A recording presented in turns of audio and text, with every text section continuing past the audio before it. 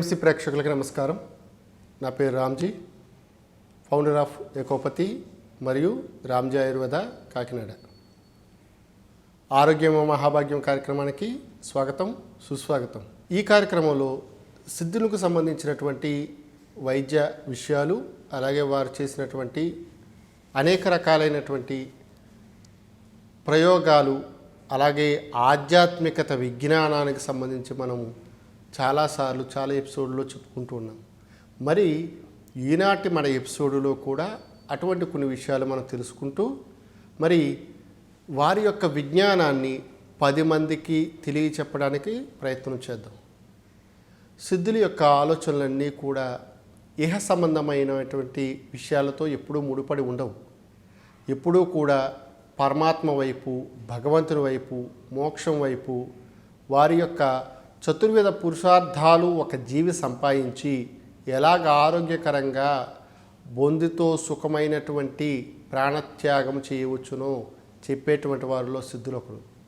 ఉదాహరణకి మనకి అందరికీ తెలిసినటువంటి మృత్యుంజయ మహామంత్రంలో త్రయంబకం యజామహే సుగంధిం పుష్టివర్ధనం ఉర్వారోకమేమ బంధనాత్ మృత్యోముక్షి అమృతాత్ అనేటువంటి దానిలో ఉర్వారోకం అనేటువంటిది ఒక ప్రత్యేకమైనటువంటి మూలిక.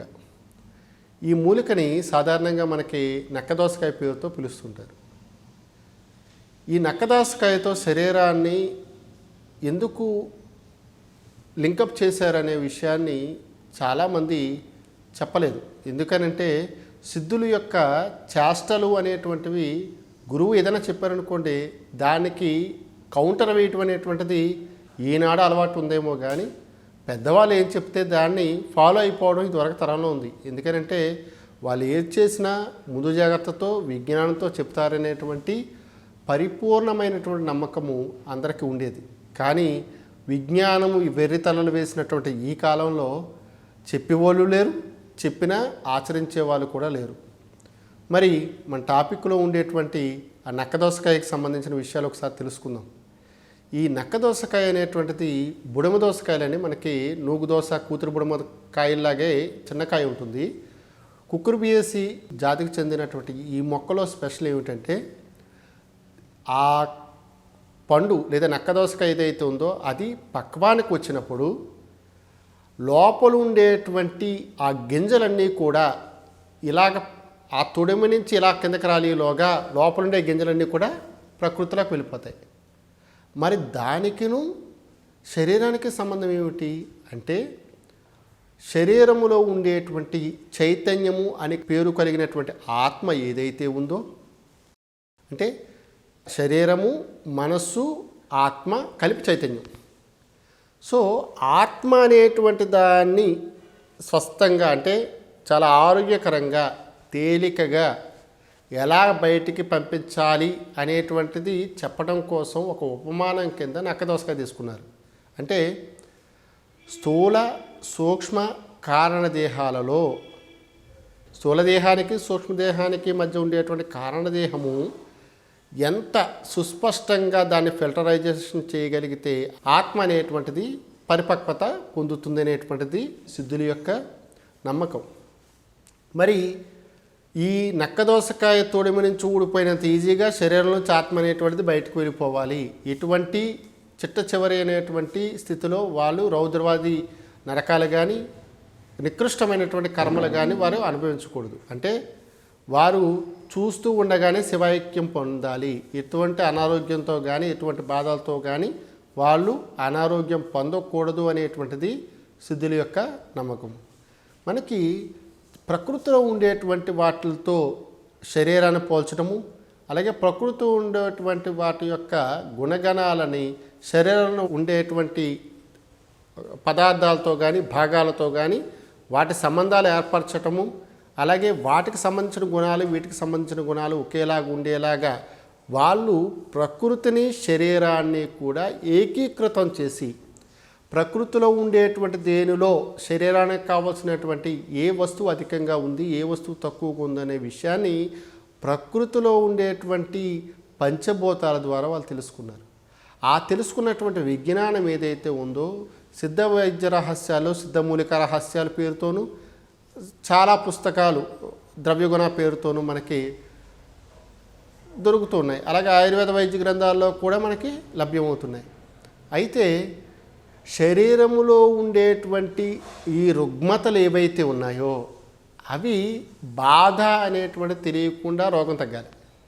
ఇక్కడ త్రయంబకం యజామహే దాంట్లో చెప్పినటువంటి ఏకదోసకాయలో ఉండేటువంటి లోపల అంటే కర్మలు లేదా జన్మ వాసనలు ఏవైతే ఉన్నాయో అవి ఎంత తేలిగ్గా అయితే బయటకు పోయినాయో రోగము కలిగినటువంటి జీవుడు ఎవడైతే ఉన్నాడో వాడి యొక్క రోగం అంత తేలిగ్గా పోయేటువంటి విధానాన్ని సిద్ధ వైద్యంలో చెప్పబడింది అని చెప్పడం నా ఉద్దేశం. కాబట్టి సిద్ధ వైద్యము అంటే కేవలము శరీరానికి మాత్రమే కాదు, మనస్సుకి ఆత్మకి ఈ మూడింటి యొక్క సమన్వయం ద్వారా కలిగేటువంటి ఉపచర్య కింద మాత్రం మనము భావించాలి. ఒక వైద్య విధానం కింద కాకుండా జీవన విధానమే సిద్ధ వైద్య విధానము అనేటువంటి స్థితిలోకి ఎప్పుడైతే వస్తామో సిద్ధ వైద్యం యొక్క ఫలాలు అనేటువంటివి అందరికీ అందుతాయి. ఎవరైనా సరే సిద్ధ వైద్యానికి సంబంధించి మాట్లాడినప్పుడు అనుకూత వినండి. విన్న తర్వాత మీ యొక్క అనుమానాలు ఉన్నట్లయితే దగ్గరలో ఉండేటువంటి సిద్ధుల్ని సంప్రదించండి. బూటకపు సిద్ధుల్ని కానీ ఏదో వేషభాషలతో మాయ చేసేటువంటి గారడీ సిద్ధుల్ని కానీ నమ్మొద్దనేటువంటిది నా హెచ్చరిక. కాబట్టి సిద్ధ వైద్యం పేరుతో వైద్యం చేసేటువంటి వారు నిజంగా సిద్ధ వైద్యమే చేస్తున్నారా అనేటువంటిది కూడా ఒక ఇంత ఆలోచించవలసినటువంటి విషయం. కేవలం సిద్ధ వైద్యం చేయాలి అంటే ఈ జన్మలో వచ్చేటువంటి సంస్కారం అయితే సరిపోదు. ఎందుకంటే గురువు కనిపించాలంటే అనేక జన్మల యొక్క సంస్కారం కావాలి.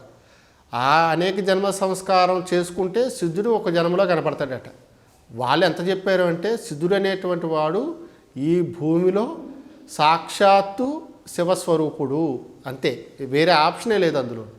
అంటే ఎవరు అంటే పరమేశ్వరుడు ఏదైనా రోగం ఇస్తే, కర్మ వల్ల ఏదైనా రోగం కలిగితే ఆ కర్మను తప్పించేటువంటి ఉపాయం చెప్పేటువంటి బ్రహ్మ ఆయనే, మనం ఎలా నడుచుకోవాలో చెప్పేటువంటి విష్ణువు ఆయనే, మనం ఎలాగుంటే ఐశ్వర్యవంతమైనటువంటి ఆరోగ్యం కలుగుతుందో చెప్పేటువంటి కూడా ఆ సిద్ధుడే.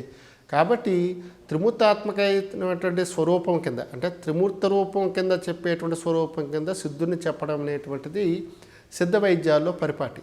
సాధారణంగా సిద్ధులు వాళ్ళ గురువుల్ని స్మరించుకుంటూ ఉంటారు. అంటే పరంపరానుగతంగా ఈ వైద్యం వస్తుంది కాబట్టి వాళ్ళకి ఒక టైప్ ఆఫ్ ఎక్స్పీరియన్స్ ఉంటుంది. కాబట్టి వారికి అంటే సిద్ధ వైద్యం చేసేవారికి ఆ పరంపర ఉందా లేదా, ఎవరి దగ్గర నేర్చుకున్నారు, ఎలా నేర్చుకున్నారు, ఎందులో నిష్ణాతులు అని తెలుసుకోవాలి. సిద్ధ వైద్యం అంటే ఏదో ఒక వ్యాధి గురించి చెప్పేది కాదు. కాబట్టి ఒక్కొక్క సిద్ధుడికి ఒక్కొక్క వ్యాధి మీద పట్టు ఉంటుంది, అలాగే ఒక విషయం మీద పట్టు ఉంటుంది. వారు ఆ విషయం గురించి కనుక సరైన అవగాహన లేకపోతే వాళ్ళు చెప్తారు, అమ్మా నేను చేసేది పలానా వైద్యం మాత్రమే, మా గురువుగారు పలానాదే చెప్పారు అని చెప్తారు. చాలా గౌరవంగా వారికి తెలిసినటువంటి విద్యకు సంబంధించిన విషయాలు మాత్రం చెప్తారు. అంతేగాని అన్నీ నాకే తెలిసేటటువంటి డాంబికంతో మాత్రం సిద్ధులు ఏ పరిస్థితుల్లోనూ ఉండరు. కాబట్టి ఆయుర్వేద వైద్యం చేసేటువంటి వారు, సిద్ధ వైద్యం చేసేటువంటి వారు కూడా వారి వారి పరిధులు తెలుసుకుని వారి పరిధిలోనే కనుక వారికి వారు గురువు నేర్పినటువంటి విద్యల్ని కానీ వారు నేర్చుకున్నటువంటి చికిత్సా విధానాలను కానీ పరిపూర్ణంగా ఎటువంటి లాభాపేక్ష లేకుండా కనుక చేయగలిగితే, ఇందాక నక్కదోసం తొడిమి నుంచి దోసకాయ ఎలాగైతే రాలిపోయిందో అదేవిధంగా రోగము కలిగినటువంటి వాని యొక్క రోగము వాడికి కూడా తెలియకుండా పోతుందట. కాబట్టి అటువంటి ఉత్కృష్టమైనటువంటి జ్ఞానము లభించడం చాలా దుర్లభము. అటువంటి వాళ్ళు కనిపించినప్పుడు ఏ వైద్య విధానంలో అయినా సరే వారికి మనస్ఫూర్తిగా నమస్కారం చేయండి. పెద్దలను గౌరవించటం మన యొక్క సాంప్రదాయం, సిద్ధులను గౌరవించటము అందరికీ ఆచరణీయం. కాబట్టి వారికి దోషము లేదా పౌరుషము లేదా ద్వేషము కలగకుండా వారిని అన్ని కాలాల్లోనూ సవ్యంగా ఉంచడానికి ప్రయత్నం చేయండి. ఎందుకంటే సిద్ధుడు తలుచుకుంటే ఏదైనా చేయగలడు అని కూడా సిద్ధవైద్య గ్రంథాల్లో ఉంది. కాబట్టి సాధువులతోనూ సర్పాలతోనూ పరాచకాలు ఆడామనుకోండి ఏం చేస్తాయో మనందరికీ తెలుసు కదా. కాబట్టి సిద్ధ వైద్యం కూడా అంత ప్రమాదమైంది, అంత మంచిది కూడా. కాబట్టి చేసేటువంటి ప్రక్రియలో ఉండేటువంటి విషయాల్ని కూలంకుషంగా ఒకసారి తెలుసుకుని ముందుకు వెళ్తారని ఆశిస్తూ ఉన్నాను. మరి ఈరోజు మన ఎపిసోడ్లో సూర్యకారం యొక్క ఉపయోగాల గురించి మనం తెలుసుకుందాము. అలాగే దానికి సంబంధించిన కొన్ని చిట్కాలు కూడా మనం తెలుసుకోవడానికి ప్రయత్నం చేద్దాం. మీ అందరికీ తెలుసు, సూర్యకారం అనగానే బాణాసంచాల్లో వాడేటువంటి ఒక మండేటువంటి ఒక ఉప్పు, సోరా ఉప్పు అంటాం మనం జనరల్గా. ఈ సూర్యకారం అనేటువంటి దాన్ని సురక్షారం అని, వేదు ఉప్పు అని తమిళ ప్రాంతాల్లో పిలుస్తుంటారు. క్షారాలలో మనకి దాదాపుగా వెలిగారము, నవాచారము లేదా నవాక్షారము, పెట్లుప్పు క్షారము లేదా సూర్యక్షారము లేదా ఔద్భిజ క్షారము లేదా చౌటి ఉప్పు అనేటువంటివి చాలా క్షారాలు మనకి సిద్ధ వైద్య గ్రంథాల్లో చెప్పబడి. అంటే ఆమ్లాలకు సంబంధించిన లవణాలు ఉంటాయి, క్షారాలకు సంబంధించిన లవణాలు ఉంటాయి. లవణము అంటే కేవలం ఉప్పు అనేటువంటి అర్థంలో మాత్రం ఎట్టి పరిస్థితుల్లో తీసుకోవద్దు అనేటువంటిది నా మనవి. ఎందుకంటే క్షారతత్వం కలిగినటువంటివి, క్షారగుణాలు కలిగినటువంటివి అయినటువంటి లవణాలు ఉంటాయి. అలాగే ఆమ్లత్వం కలిగినటువంటి, రుచి కలిగినటువంటి లవణాలు కూడా ఉంటాయి. కాబట్టి ఒక లవణము 6 రుచుల్లో ఏ రుచునైనా కలిగి ఉండొచ్చు, అన్ని రుచులు కలిగి ఉండొచ్చు. దాని యొక్క ప్రాపర్టీస్ వివిధ రకాలుగా ఉండొచ్చు. దానికి చాలా రకాలైనటువంటి కారణాలు మనకు సిద్ధ వైద్య గ్రంథాల్లో లభ్యమవుతున్నాయి. మరి సూర్యకారాన్ని ఇంగ్లీష్ భాషలో ఏమని పిలుస్తారు? పొటాషియం నైట్రేట్ అని పిలుస్తారు. Chemical formula KNO3. మరి దీన్ని ఔషధ గుణాలలో ఎలా వాడారు, ఎందుకు వాడారు? ముందుగా మన సిద్ధాంతం ప్రకారంగా సిద్ధ వైద్యంలో ఎలా వాడారో తెలుసుకోవాలి కదా. మరి సిద్ధ వైద్యంలో ఉప్పు సున్నము అనేటువంటి ఒక సున్నం ఉంది. చాలామంది సిద్ధులు ఈ ఒక్క సున్నం వల్లే బతికేశారు అనేటువంటిది సిద్ధ వైద్య గ్రంథాల్లో చెప్తున్నారు. ఉప్పు సున్నంలో ముప్పు సున్నము, ముప్పు అంటే 3 ఉప్పులు కలిగినటువంటి ఒక సున్నము. ఆ 3 ఉప్పులు ఏమిటంటే పటిక కారము అంటే పొటాషియం అల్యూమినియం బైసల్ఫేటు, రెండోది సూర్యకారం అంటే పొటాషియము నైట్రేటు, ఇంకొకటి మామూలు సముద్ర లవణము. ఈ 3 సమభాగాలుగా తీసుకుని ఉత్తరేణి క్షారంతో కానీ ఉత్తరేణి బూడిదలో కానీ దాన్ని మర్దన చేసి దాన్ని మళ్ళీ రాళ్ళ సున్నం మధ్య పెట్టి దాన్ని వివిధ రకాలైనటువంటి ప్రాసెస్లు చేయడం వల్ల ఉప్పు సున్నం అనేటువంటిది ఏర్పడుతుంది అని మన పెద్దవాళ్ళు చెప్పారు. ఎందుకంటే ఈ ప్రోగ్రాములో ఉప్పు సున్నం తయారీ చెప్పట్లేదు అంటే అది చాలా పవర్ఫుల్ అయినటువంటి ఒక యోగం. దాని అవగాహన కోసం చెప్తే ప్రయోగం చేసేటువంటి పెద్ద మనుషులు కూడా మన దాంట్లో ఉన్నారు. కాబట్టి మరి అత్యంత ప్రమాదకరమైనటువంటి దాన్ని, అత్యంత ఉత్కృష్టమైనటువంటి దాన్ని ఇలా చెప్పడం వల్ల ఉపయోగం లేదు. సిద్ధమైనటువంటి సిద్ధ గురువు దగ్గరికి కానీ ఆయుర్వేద వైద్యుడి దగ్గరికి కానీ వెళ్ళినప్పుడు అది నేర్చుకోవాలనేటువంటి ఆకాంక్ష ఉన్నప్పుడు వారికి శుశ్రూష చేసినట్లయితే ఉప్పు సున్నాలకు సంబంధించిన విషయాలు వాళ్ళు చెప్పడం జరుగుతుంది. ఈ ఉప్పు సున్నం అనేటువంటిది ఉండటం వల్ల సర్వలోహాలు సున్నాలు అవుతాయి, అంటే తెల్లగా చున్నాలు అవుతాయి. సర్వలోహాలు భస్మాలు అవుతాయి, సర్వలోహాలు సింధూరాలు అవుతాయి, సర్వలోహాలు కూడా హేమిస్తాయట. అంత ఉత్కృష్టమైనటువంటిది అది. ఇంకా గొప్పగా చెప్పాలంటే మనకి జముడు పాలు, జిల్లేడు పాలు, ఆవు పాలు లాంటివి ఉన్నాయి కదండి. ఇవి దాదాపు కొన్ని గంటల టైంలో గడ్డకట్టేస్తాయి. అలా గడ్డకట్టకుండా పాలు నీరు సెపరేట్ చేయాలంటే ఉప్పు సున్నం కొద్దిగా వేసినట్లయితే పాలు కింద, నీరు కింద విడిపోతుంది. ఎంత విచిత్రం చూడండి. అంటే హంసకు ఉండేటువంటి విచక్షణ అనేటువంటిది ఏదైతే ఉందో, అంటే పాలుని నీరుని వేడి చేసేటువంటి సామర్థ్యం ఏదైతే ఉందో ఇది ఉప్పు సున్నంలో కూడా ఉండటం అనేటువంటిది మనకి తెలుస్తుంది. దీనివల్ల ఉపయోగం ఏమిటంటే లోహాలకి కిలుము పట్టడం అనేటువంటిది ఉంటుంది కదా. కిలుము పట్టకుండా ఉండేటువంటి లోహాలు ఉత్తమ లోహాలు. అంటే కిలుము పట్టకుండా ఉండే లోహాలు ఏమిటి అంటే వెండి, బంగారం, ప్లాటినం. వీటికి తుప్పులు పట్టవు. కానీ దౌర్భాగ్యం ఏమిటంటే బంగారానికి కూడా కిలిమి వస్తుంది ఈ టైంలో. మరి ఏది బంగారం అనేటువంటిది పై దేవుడికి ఎరుక. కాబట్టి ఆ కేడియం బంగారము లేకపోతే కేడియములు వెండిలో చూసుకుని మురిసిపోవడం కాదు. ఉత్కృష్టమైనటువంటి లోహాలు కిలుము లేకుండా చేసేటువంటి ప్రక్రియ ఒకటి ఉంది. అది ఉప్పు సున్నం వల్లే మనకి లభ్యమవుతుంది. ఉప్పు సున్నానికి, లోహానికి, వైద్యానికి సంబంధం ఏమిటి అంటే శరీరంలో ఉండేటువంటి మలినాలు యొక్క ప్రభావం చేత, మలిన దోషాల చేత రోగాలు కలుగుతున్నాయి. ఏ విధంగా అయితే లోహాల యొక్క కిలుము పట్టకుండా ఆ ఉప్పు సున్నం చేస్తుందో అదేవిధంగా రోగాలు రాకుండా శరీరాన్ని పొటెన్సీగా ఇమ్యూనిటీ డెవలప్ అయ్యే విధంగా ఈ ఉప్పు సున్నం అనేటువంటిది చేస్తుందనేటువంటిది సిద్ధులు చెప్పినటువంటి మాట. సూర్యకారం యొక్క ఉపయోగాలు సిద్ధ వైద్యంలో ఏ విధంగా చెప్పబడ్డాయంటే ఇది ఆర్స రోగాల్లోనూ అలాగే యకృత్ ప్లేహ రోగాలలోనూ అలాగే పాండు రక్తపిత్తం లాంటి రోగాల్లోనూ వాడుక అనేటువంటిది ఉంది. కాబట్టి సూర్యకారం యొక్క ఔషధ ఉపయోగాలు అంటే శరీరంలోకి దాన్ని వాడడం అనేటువంటిది సిద్ధ వైద్య గ్రంథాల్లో ఖచ్చితంగా ఉంది. మరి వేమన యోగి లాంటి యోగి కూడా ఉప్పు చింతపండు ఊరూరు ఉండగా కరువుతో తిరిగారు కాపులారా అంటూ ఆయన ఒక పద్యం కూడా రాయడం జరిగింది. అంటే ఆ రెండు ఉన్నట్లయితే కరువు ఎందుకు ఉంటుంది అని. అంటే ఆయన ఉద్దేశం ఏమిటంటే ఇహము సాధింప హేమకామక విద్య పరము సాధింప బ్రహ్మ విద్య ఈ రెండింటికన్నా ఉత్తమ విద్య ఏదయ్యా విశ్వదాభిరామ నిర్వేమ. ఆయన కూడా ఒక సిద్ధుడే కాబట్టి ఆయనకు తెలిసినటువంటి జ్ఞానాన్ని ఇలా పద్యాల రూపంలో చెప్పడం అనేటువంటిది జరిగింది.